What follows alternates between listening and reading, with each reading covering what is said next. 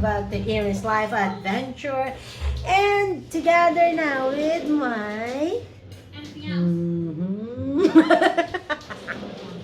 Kaloka siya. Busy-busyhan siya. O ayan na mga ka-earthling, kamusta naman kayo dyan? Lalo na sa Philippines. Hindi ako pinapansin ng aking lalaki. Busy-busyhan kasi siya sa kanyang paglalaro kasi Sunday is weekend at tomorrow naman holiday dito. Kaya yon, it's a long weekend na naman kaya guys. So sa araw na to guys, sana nga may ipapakita ko sa inyo, ipa-flashback natin siya. Char, kasi hindi ako nakapag-post last time ng videos ko. Pero dito, sa picture na to, napunta kami ng forest last time. At hindi ko na-expect na mumulaklak na pala yung mga berries doon. Tsaka iba-iba siya mga kulay guys. Ang may mga malalaking flowers. So it means pala, meron parang malaking berries dito. Hindi ko alam yun Parang dito ko lang yun nakikita. Meron siyang pink or red.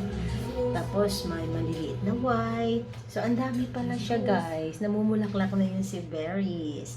Sana naman makikita ko na yung mga bunga bago pa lang ubusin ng mga birdies dito. Kasi ang dami talaga, lalo na yung mga uwak na yun. Ang iingay talaga pag nagpupunta kami doon sa forest na yun. Kasi ang daming uwak dito guys. Tapos meron din dito si Big Belly Bird. Nakikita ko siya minsan dito sa labas.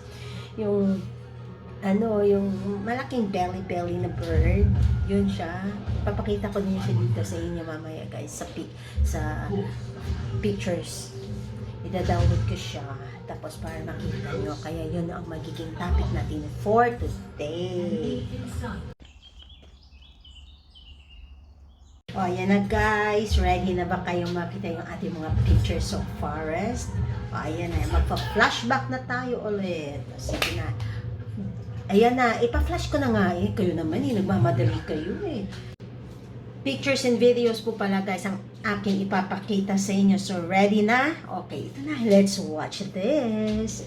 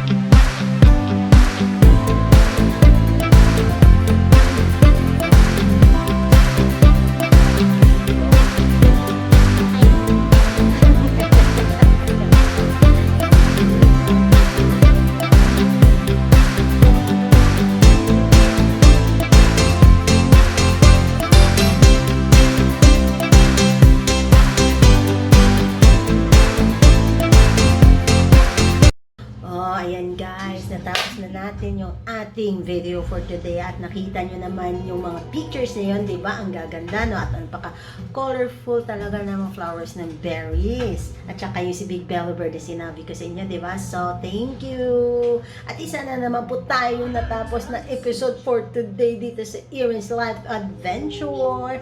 At see you next time. And thank you for watching. At kung gusto niyo ma-follow yung aking channel, i-press nyo na lang yan si notification bell or si subscribe. Diba? Kung gusto nyo naman. Pero kung hindi nyo naman feel ang aking videos na to, pwede nyo naman skip. Diba? Hindi naman ako namimilit. Yung sa akin lang naman po is nagsishare na naman po ako kung anong mga experiences na nandito ako sa Netherlands.